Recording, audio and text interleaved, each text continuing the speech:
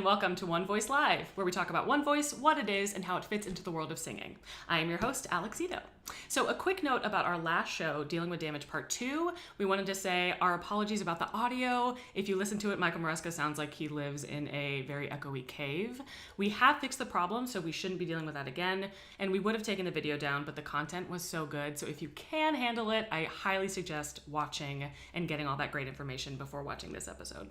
But today, moving forward, we are going into Dealing with Damage Part 3, where we're going to be talking about how to prevent vocal damage. And to discuss this again today is creator of One Voice, Michael Maresca. He is also the head of voice area at the musical theater program at Texas State. So let's bring him on now to dive into Dealing with Damage Part 3. Michael, hello! Woo! Hello, everybody. Good to be back. Welcome back. Awesome. So Thank we're you, getting into it. Part 3, how to prevent the damage. Oh, very exciting today. Yeah, so we're just gonna to carry forth or onward, if you will, from where we left off, and I think this should be fairly concise. But today is all about how to prevent vocal damage. How do you prevent it? How do you stop it from happening? And so I've really got kind of two main perspectives. One is looking at it from the physical health points, and two is looking at it from One Voice perspective of vocal health. And then I'll, anything that pops out to you, Alex, please chime in at any moment. Awesome. And yes, dealing with the sound issues, this is why I look like what I would call a teddy bear, because of my ears now that I have, is what I feel like. So.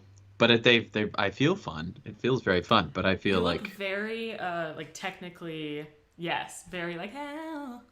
Hey, yeah. I would need to have like one ear would have to be off. I have to be like, yeah. Hey, baby. That's how. If I want to be really cool, then I have to say, hey, baby. That's yes. That's the only thing you can sing.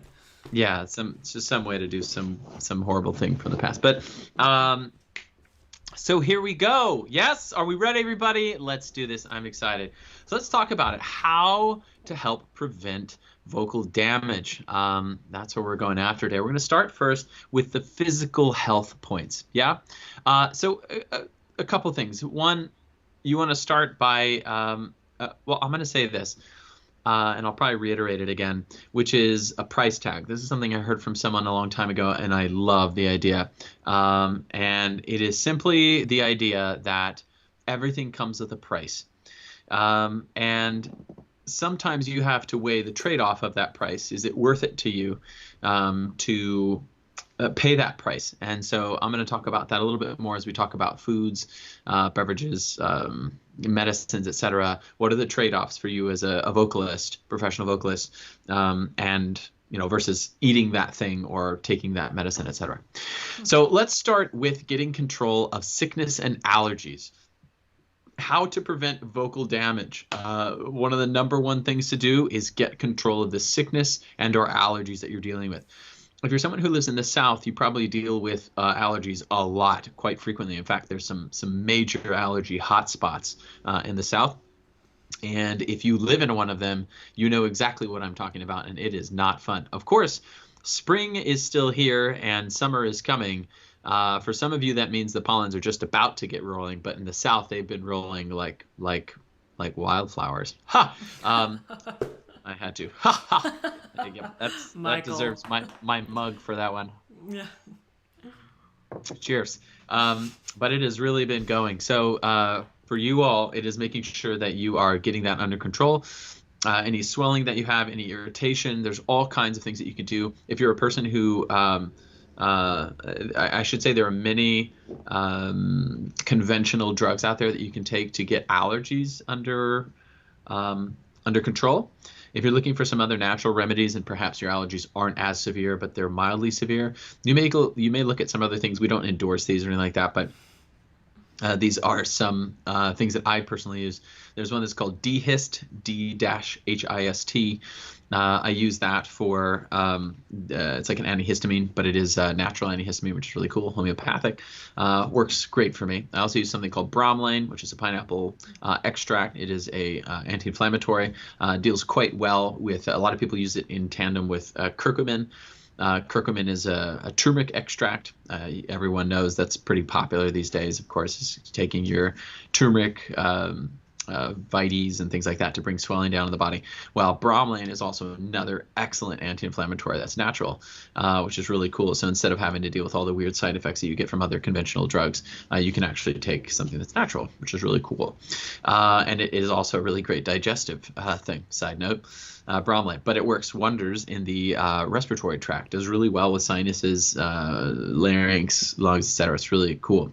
Helpful little piece. There's another thing that I take that's a sinus decongestant that's called Reboost, and that's a really great one. So you might take a look for those things. You can actually buy them fairly inexpensively on Amazon and other providers, but those are ones that I would definitely look at taking.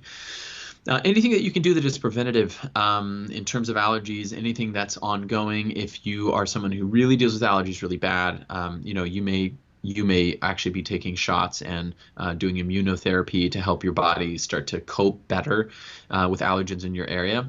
There's also something called Allergina.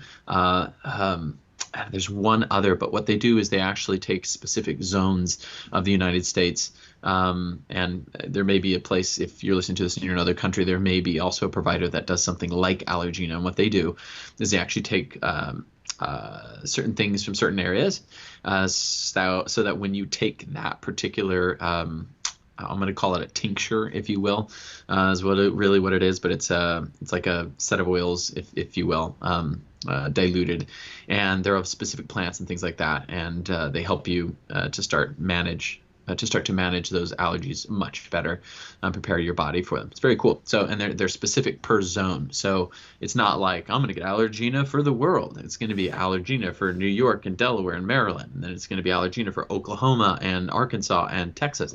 That's very, really very cool. cool. Isn't that neat? Yeah, that's very, very cool. I always recommend if you do have a natural or like a small little pharmacy nearby that's a natural pharmacy or something like that, just go visit and just talk to people there. There's generally people who are willing to talk to you about a bunch of natural remedies, which is really cool, which if you can do it, I always recommend doing it first. The second thing is, my apologies. Coming back to that, I almost skipped by this. If you were sick and it's not getting better after a week, maybe 2 weeks, that's a long time to be sick. Generally, sickness, viral things like that should pass fairly quickly through your body. And if it's not, that means your immune system isn't able to kick it or something else is happening. If you are a person who lives in the natural world, and that's where you try to take care of yourself, that's awesome. But just keep in mind the price tag of doing that sometimes. Sometimes for some people, it helps them by getting a conventional medicine to knock it out. It's almost a shock to their body because they don't have any of those things in their body or chemicals or drugs in their bodies almost ever. And so it's a real shock and it really knocks out whatever's in there pretty quickly. And so then you can just keep going on with your life. It just depends on your beliefs and what you feel comfortable with. But keep in mind, the longer something persists in your respiratory tract, the longer it has an opportunity to create an infection. And so that's something to be aware of. So if you're just trying to brave it out, that's awesome. Just be aware that once you get to that week and a half mark, you might need to go see the doctor just to check in and say, hey, where is this at? And they might say, hey, it looks like you're almost done. Actually, you're wrapping this up. Or you know what? You might want to take a look at taking these things. It'll take 5 days and da-da-da-da. So get that sickness and allergies under control. Number two, I want to talk about the foods and drinks that you consume. There is no real specific clear answer to this when it comes to food and drink. A lot of people will say, don't drink dairy, don't have orange juice, don't do acidic stuff, don't do sodas, don't do almonds, don't eat guacamole, don't have salsa, don't. And this is kind of the world of singing for most people, is just don't, right? And what I want to offer to you is that it's not a don't. And for me, don't is not clear. And as we are in the world of One Voice, we continue to seek clarity and we practice curiosity as One Voicers. And so what I would offer to you is that it's not a don't, it's just a price. So what you do to yourself, and remember what I talked about earlier about the price tag. If I love eating salsa, I need to test and try out to see how salsa affects your body, and also know that not all salsa is the same. There's all kinds of salsas. So if you decide that there is a salsa that you really like, eat it and then sing before a practice. Sing before a vocal workflow. If you don't know what I'm talking about, go back to look at our building a voice practice. It makes a big difference to understand and know how your voice is affected by specific chemicals, ingredients, foods, drinks, etc. And the best and only way to know how your body is affected by certain foods and liquids is to taste test them before you sing. And you have to trial them that way. That way you'll know how much phlegm you get. You'll know how much extra saliva you produce. There's so many different factors. And for some people, having dairy or doing acidic drinks, sodas, etc., totally fine, doesn't bother them. Other people, you will light on fire and all things will be terrible and you'll be a mean person. It's just figuring out what works for you. And so the price tag is, hey, I really like eating pizza. Okay, you want to eat pizza before you do a show? You want to eat pizza before you go record? You want to eat pizza before you do that? Great, test it, try it, see it do it for a practice versus a show or a recording time. That's not the time to be trialing something. That's the time to be doing what's been tested and true. Cool. Out of curiosity, Michael, do you have any foods? Like, what is your relationship to food when you sing? Such a good question. It is actually specific for me. The only thing that I don't eat before I sing is, and this is singing for like, I can't quite pinpoint it. So I would tell you that it's Mexican food and salsa, but it isn't always that. There's something in some kind of Mexican food that I eat, or some kind of, it can also be Chinese or Thai food. There's something that gets put in, I don't know what it is, some kind of spice or something that dries me out. And that's the only thing that messes me up locally. Other than that, I'm totally fine. I can eat cheese pizza. I might have a tiny bit of phlegm, but it's so minuscule that it doesn't bother me. I can drink orange juice. I can do all that stuff. And you know, I think it's important. Thanks for asking that, Alex. I think it's important to understand that our voices aren't necessarily precious. We just have to know how they deal with certain things, and that we don't have to coddle them. It's not about It's not about not giving your voice anything. It's about knowing what your body can and will handle. Oh my God. So that you can live your life. Michael, when I was younger, I was terrified of eating before I sang. So if I had rehearsal, I just wouldn't eat for hours. If I had a 2-day show, I just wouldn't eat because I was so petrified and had convinced myself that eating anything ruined my singing. Oh, I have a great thing. I love saying this. Gosh, because yes, you're not alone. There's so many performers who like have this thing where they won't eat anything like 4 hours before, or whatever, because they get a little phlegm, whatever. I think that is less helpful to your body. I think that your performance should be just like your practice. Mm-hmm. That your performance should, and that when I say performance, I'm not just talking about a show. I'm talking about a recording session. I'm talking about a gig, anything like that. We're performing in front of other people in some form or fashion. People won't eat suddenly for 4 hours like you were talking about before. I'm going to sing. I need to have at least 5 hours before I do. I've got a show this afternoon. I'm not going to eat. And what that does is that instead of putting your body at a place of normalcy, what we end up doing is we end up kind of creating this special scenario for our body. And so now our body's kind of like, well, what's happening? What are you doing? Why am I not eating? And now your body's looking for energy at a time when it normally would receive energy or fuel from food, but now it doesn't have that. So now it kind of goes into this interesting fasting state, which is a different state if you're not someone who fasts or does intermittent fasting of any sort for a day or 2 days or whatever it is. If you've never done that, your body and you will suffer the consequences of either being snappy or grumpy. You won't know why you're angry. Everyone's just annoying, and like that's not anyone's fault. It's just that you've taken something away from your body that it's not used to. Mm-hmm. And let me tell you all something really important. If you are bad at singing, before you drink milk or alcohol or acidic juices or anything like that, you will still be bad at singing after you drink it.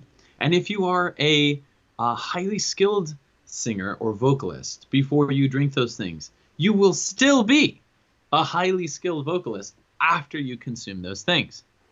Now, again, everything comes with a price. Do you not mind having phlegm on your vocal cords? Okay. If you don't, then great, go ahead. If you do, then don't do it. There's some people who have certain things with alcohol. They can't drink alcohol 24 hours before they sing. If they do, they're super dried out and it's hard and they're scratchy and itchy. Other people, as we all know, like rock stars and all these people, not even just rock stars. Oh my gosh, some of our favorite voices, these jazz singers and these old crooners, and they drink and smoke on stage. And we're all saying, oh no, this is horrible. What are they doing? Now, I say that to put everything in perspective through this particular perspective. It's not a question of whether it's good or bad. The question is, what do you want? In the world of One Voice, the way we look at it is we look at it from the perspective of setting up your voice for the best possible success. So if I want to set my voice up for the best possible success, then what do I need to do? Well, if smoking and drinking or consuming drugs or alcohol can mess with my body in any way, then I may choose not to do that because I want to put my voice and my mind in the best or the most optimal position for success. Keep in mind that for those of you who are trying to build your voices and do things that you've never done before with your voice through the world of One Voice, keep in mind that your brain needs to be equally as energetic and powerful and creative as your body does. You don't just need sleep. Your brain needs rest. It needs space. What happens is that you get stuck in this place of, I've got to do it, I will do it, it must happen. And as many people know, that's one of the worst ways to get anything done that requires creativity or that you're trying to problem solve. So keep that in mind. When you think about these things for a lot of people, and you think about these rock stars or these pop stars, these people who were just going around, they were smoking, drinking, doing drugs, all this stuff. It's not a question of if it was good or bad. The question is what did they value? And at the time, technically speaking, they were excellent. They were excellent vocalists, which is why even though they did those things, even after they did them, they were still excellent vocalists, right? But I guarantee you on the songs that they were singing, they weren't trying to figure out how to hit those notes. They weren't trying to figure out, oh, I don't know how I'm going to sing that. That was something that was on autopilot for them. Yeah. Whereas for some of you listening to this, that's a little different. You're trying to figure things out, yeah? So in our world, it comes from the vantage point of understanding what something is and what the price is for it. And so I don't want to come at you with a no, no, no, because I think that's not clear and I think that's unhelpful. So there you go. Love that. Price tags. Yeah, cool. Same vein, let's talk about medications. Thirdly, medications, it all comes down to what dries you out, what allows you to breathe. So let's say, for example, that you're someone who has asthma. Well, if you take antihistamines or you take allergy medicines in general, you're generally going to get dried out. That's part of the point, is to clear up some of the liquid in your lungs and in your airways. Well, people say you should be hydrated when you sing. People say that you need to take care of your voice when you sing and have lots of lubrication through liquids and things like that. This is all great, and it's all true to set yourself up for the most optimal position for success. But here's the price tag. Do I want to breathe and live life, or do I want to have the bestest lubricated vocal cords? Well, I think I want to breathe, because to me that's more important. Maybe that impedes a little bit of my flexibility. Maybe that impedes a little bit of my comfort. But to breathe, I think it's worth it. And so I think this is something that you have to take into account. What you may do as someone who deals with things like this, with allergies and things like that, and you have to take a lot of things that are drying agents, maybe you're even doing something for your skin that dries out your body a lot, then your work is to do stuff that hydrates you with vapors and things like that. Steaming, really awesome before you sing, in between sets, things like that. You can steam. You can also do lozenges that will get the saliva glands to start moving, not moving, to start releasing saliva. A simple little tip, which is this tip comes from a voice teacher a long time ago that I met when I was younger. So what it is we call it sip and sniff. And sip and sniff simply goes like this. You sip, swallow, and sniff, sniff. Do this with water. Do it again. You sip, swallow, sniff, sniff. Do it again. Sip, swallow, sniff, sniff. You do this 3 times in a row. And what happens is much like water on the sidewalk. When you spill water on the sidewalk and there's a little puddle, if it's a windy day, what happens is that water evaporates quite quickly because what's happening is the wind is blowing over it. It's actually picking up some of that water as it goes along and turning into a vapor as it passes over it. Well, that vapor then moves through, in this case, we pull air through, it lifts up some of the water molecules, and then they pass down where into our lungs. But also, while it's going that way, it hits our vocal cords. So if you're feeling a little sticky or a little scratchy, one of the things you can try is you can actually try doing sip and sniff and then clearing your throat. And you'll probably feel like the mucus moves a little bit more easily. So that's from the world of physical health point of view, yeah? Now I want to shift gears and I want to look at it from the one voice perspective of vocal health. And there's a couple things, yeah? The number one thing I have for you is to sustain a consistent voice practice. Sustain a consistent voice practice. Why? Because it helps you stay intimate with your voice. In any relationship with anyone that you have, if you have an intimate relationship with them, whether that is a best friend, that's a loved one, that's a family member, that's a pet, what you start to be able to do is notice the slightest nuance of a shift. Maybe your pet, no one else will notice it, but you notice that your pet is sitting down more than often. That's weird. I didn't notice that before. Slight. No one else would notice, but you notice. And that's important. That intimacy is so important because it helps us catch something before it becomes anything worse. And this is something that a voice practice will do. If you are sustaining a consistent voice practice, you will be able to detect the slightest changes in your voice, which can obviously save you lots of trouble down the line. So that's number one. The next 4 things that I want to talk about are simple, and they may require that you go back and check some of our previous shows, and maybe you can add these, Alex, at the end of the show. The chest head mix, looking at building a voice practice, and then of course dealing with damage, starting with part 1. But number one in this next little set, I won't say number 1, but I'll say stop forcing coordinations. We've talked about it so many times on the show. Stop forcing coordinations. Well, how do I know where that is? Go back and watch that show. It will help you tremendously so you can understand where the coordination shifts should be occurring, or rather I'll say where the coordination limits are for each coordination in your range, whether you were assigned male or female at birth. And so those are things to pay close attention to. When you stop forcing a coordination, you start setting yourself up for great advantages, not only in terms of being able to do more with your voice, but also to stop putting your voice in a position of potential damage. Mm-hmm. Before we move on from that, Michael, can you just throw out 2 or 3 things if someone's like, before they even go to the video, how might I know if I'm forcing a coordination? What are some things to look for? Great. One of those things, the thing that you will notice external musculature. If you're singing higher and you notice that you absolutely have to pull your head and your head at the coordination note, which is an F for females, every F, which is an A for males, every A. If you feel that something clicks and you start pulling or things start getting harder as soon as you cross over that note, you start seeing all these physical tensions, that's a flag. That's a red flag, something to take note of. Be really aware of it. There's some other things you can do that are a little more advanced. There's something we call slouch singing. Slouching is where you slouch in a chair and you take away basically all the physical help that you could have, kind of like this, and you sing like my funny Valentine, sweet comic Valentine, you make me smile. That doesn't work. If you notice that's happening, it's a bad day. That's not a bad day. It's just things need to change. Instead, we want to be able to just produce the sound we want to produce in a fully relaxed, released manner, only utilizing the muscles that we need to create sound, which would be in our legs. So I should be able to go, you make me smile with your heart. I have no idea if that's the actual lyric. You make me smile with your heart.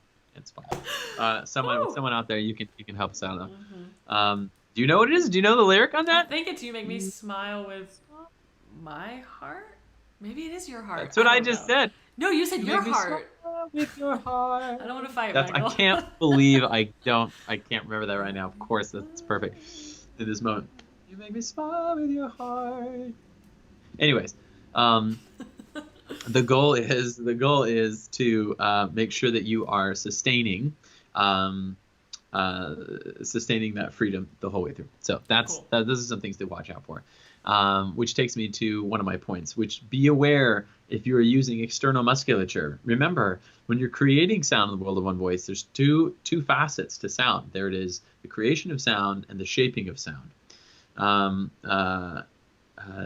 Natalie, certified one voice coach Natalie, actually just did a quick question on this and talked a little bit about this and touched on this, which is really cool. But it's creation versus shaping.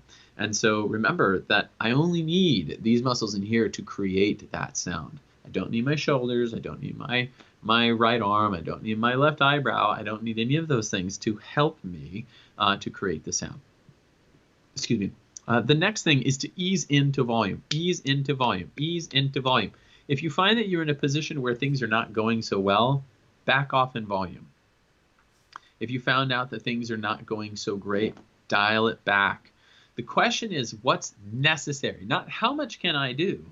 The question is, what is necessary for me to produce the sound that is required or necessary for me to produce or needed for me to produce? What is necessary? And so if I can determine that, then I can recognize that actually I don't have to be that loud because you can actually already hear me up there.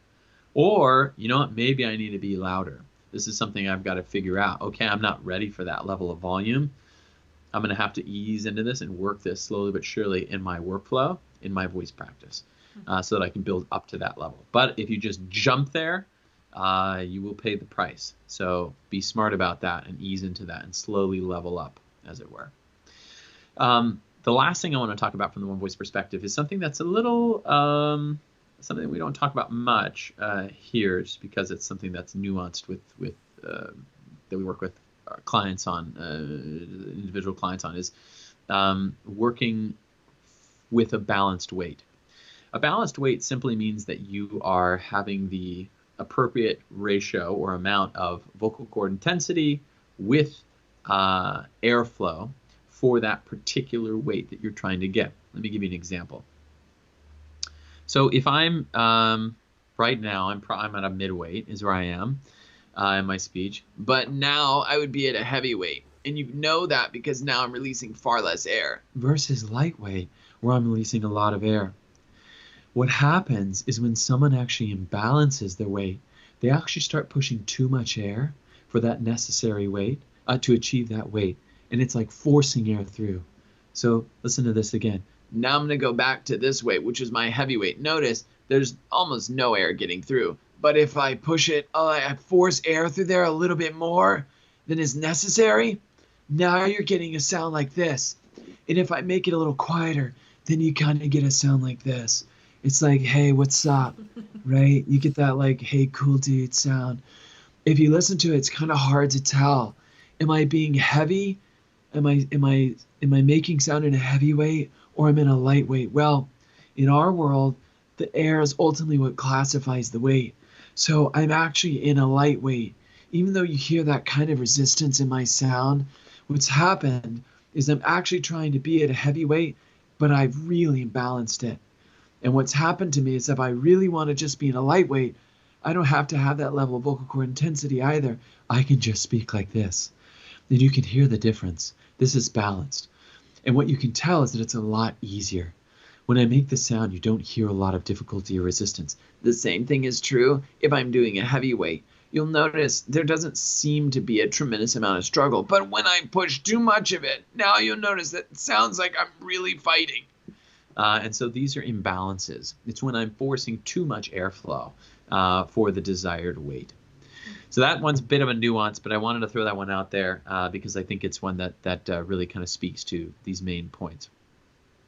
There's one final thing or closing thought that I have for you all, and that is this: what should I expect from day to day? What should I expect from day to day? Will you wake up every day and your voice will be beautiful and clear? Well, the reality is that your voice will not. You will not wake up with your voice working clearly and beautifully and flawlessly every day. In fact, in a voice professional's lifetime, that actually happens rarely. You don't often wake up singing like a bird and saying, oh, no, no, no. That doesn't actually happen all the time. In fact, if you have an intimate relationship with your voice, you'll notice that that happens very rarely. Most of the time, you'll wake up with the voice that's like, it's fine, it's workable, it can do the job, but it doesn't feel amazing. And you all know what I'm talking about. Those of you who use your voices quite frequently, you know what I'm talking about. You use your voice that one day and you're like, what? And it's just magic. It just feels like butter. It's incredible. Incredible. However, what your voice will generally feel like is and this is why a voice practice and understanding the one voice vocal workflow is essential to having success with your voice over the long term. Because phase 1 and phase 2 will ensure that your voice gets put into an optimal position for success before you use it. Instead of trying to use it where it's at, you can actually get your voice into a great position every single time. And that's where the consistency comes in. That's where the control comes in. And what starts to happen is you start getting people recognizing you as just this solid, consistent vocalist. Man, how does she always show up to the game just ready to go? I mean, she is so solid. How does she do that? I wish my voice naturally was that solid. Well, one day people will be talking about you, saying how they wish their voices were natural, just like yours. And what you can tell them is, hey, it's not natural and it's not magic. It's something I worked really hard for, and you can do it too. I think that's it. That's all I got to say. Oof, mic drop, Michael Maresca. That was awesome. Woo! Yeah, that's exciting. Yeah, I get so fun pumped. stuff. So exciting. That's amazing. I think you covered everything. The only thing I want to add is about volume. 2 things that I think are signs that you might be singing with too much air or too much volume before easing into it. One thing I get from students a lot is they feel a tickle. They feel a little bit of a tickle. The other thing that I hear a lot is you'll go to sing and it might even feel good. When you go to talk, you go down to a lower note. It might feel like a little bit froggy like this. And that's a sign that you haven't perhaps eased into volume as much as you needed to. Great points. Those are really good. Great. Cool. I almost added something to the itch. Sometime I'll add this to the itch. Yes. Yes, and an itch can also sometimes mean that you have sticky phlegm because you're not as hydrated. If you find that, so you're going to feel 2 different things. One, it will just scratch. The other, with the sticky phlegm, it will just scratch for no reason. Everything feels great in terms of production, in terms of how you're singing. You relax, you get all those things, but it just gets a little itchy. You're like, woof, and it makes you almost like want to cough. The other, you'll feel it when you go to sing a note. You'll go to sing the note, and it's when you sing it a certain way. For some of you, it's trying to sing higher notes. The way you're getting there is using a lot of air to help you. Your brain thinks that to sing higher, it needs more air. And so it shoves more air, like Alex is talking about, and it creates an imbalance. And it's way too much air for that particular weight. And that's when you get that scratch. But they're two different kinds of things. So if you're experiencing something and you normally sing and you're singing and you practice and it feels really good, and suddenly you get the scratch, maybe you're someone who takes allergy medicines or things like that. That could be because the phlegm or the mucus rather is very sticky and not moving very well. That's when you want to do sip and sniff. You can help that go away. Sing again, you shouldn't feel that itch. If you are feeling that itch consistently, it's probably because you have an imbalance. And it's consistent every time you do it. Yeah, right on. Woohoo! Yes. Okay, great. Michael, this is the end of Dealing with Damage, parts 1 through 3. Woo!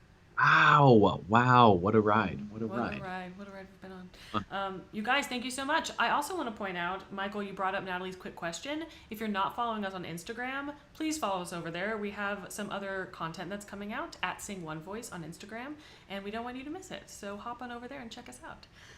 Oh, Alex, can I say one Yes, more thing? please, You Michael. just one I more. need you to say it. What is it?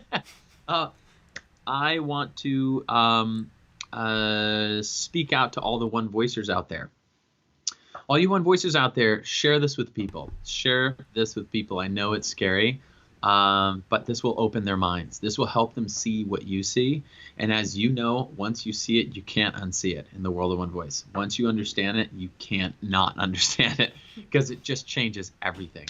So take this and share this with people. Share this with your colleagues. Share this with your peers. Share this with your friends. Share this with your teachers. People need to know about it because it is something that will change the way we sing. And so I just want to encourage you to do that and give you the strength and permission to do it as well. That's Amazing. Love it. Thanks. Michael, thanks so much. Thank you Thanks, guys. for everything. And guys, we will be back next week with another One Voice Live, Wednesday, 6:30 p.m. CT. We will see you there. Thanks for watching.